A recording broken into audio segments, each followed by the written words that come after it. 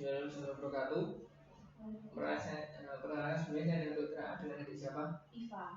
Jadi Iva disiapkan maka pemeriksaan pada telinga, hidung, rongga mulut dan kelenjar getah bening. Apa bersedia? Ya. Jika bersedia bisa memperkenalkan diri, bisa dicopot rambutnya. Saya ceritakan lebih dahulu.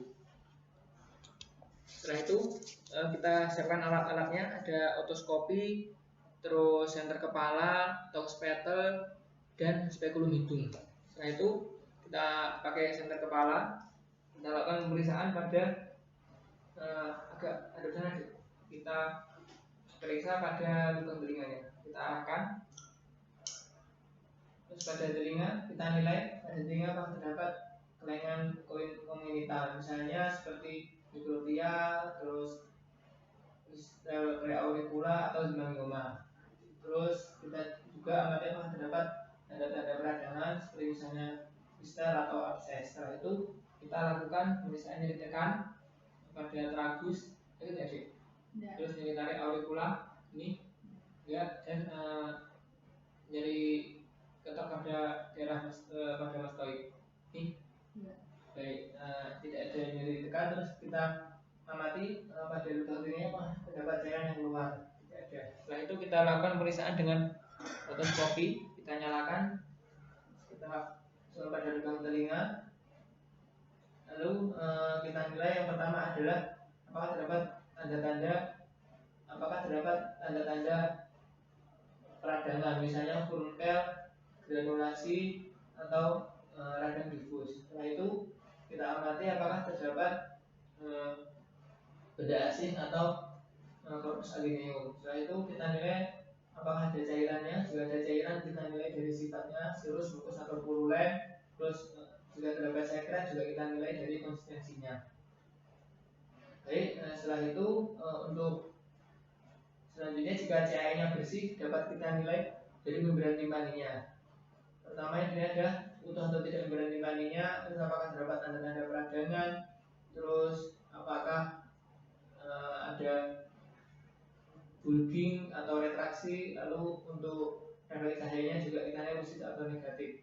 Lalu jika terdapat perforasi pada membran timpani, harus kita nilai dari bentuknya, terus luasnya, terus jumlahnya, dan sifat tepi dari perforasinya, misalnya menebal atau tidak. Setelah itu kita lakukan pemeriksaan pada hidungnya. Pemeriksaan pada hidung, kita amati pada hidungnya apakah terdapat kelainan bentuk, misalnya hidung pelana atau kelainan bentuk yang lain. Setelah itu untuk warnanya juga kita nilai dan apakah terdapat massa pada hidungnya. Setelah itu kita lakukan palpasi pada tempat sinus paranasal, dari sinus frontalis, sinus sphenoid, sinus etmoideus, dan sinus maxilla. Kan enggak, Dek? Enggak. Juga kita lakukan pemeriksaan nyeri tekan pada keempat sinusnya. Baik, setelah itu kita lakukan pemeriksaan dengan spekulum hidung. Misi, Dek. Untuk pertama yang kita lihat adalah pada mukosa hidungnya hiperemes atau tidak. Setelah itu kita nilai untuk septumnya deviasi atau tidak, terus untuk mukanya hipertrofi atau tidak. Lalu kita amati apakah ada sekretnya. Jika ada sekret kita nilai sifatnya mukus, purulen atau serus. Setelah itu juga kita lihat apakah terdapat massa. Lalu kita lihat juga apakah terdapat corpus allineum atau benda asing. Baik, tidak ada. Setelah itu hidung selesai, kita lakukan pemeriksaan pada rongga mulut. Jadi buka, Dek, lidahnya dikeluarkan sepanjang-panjangnya ya. Pertama kita akan pada 2/3 anterior dari lidahnya. Setelah itu kita nilai dari lidahnya apakah mengalami baseline, terus bentuknya, terus ukurannya juga kita nilai, dan pergerakannya. Setelah itu kita nilai pada gigi-giginya apakah mengalami karies dentris. Setelah itu pada mukosa bukal dan gigi banyak apakah terdapat pembengkakan, benjolan atau terdapat massa pada mukosa bukal dan gigi banyak.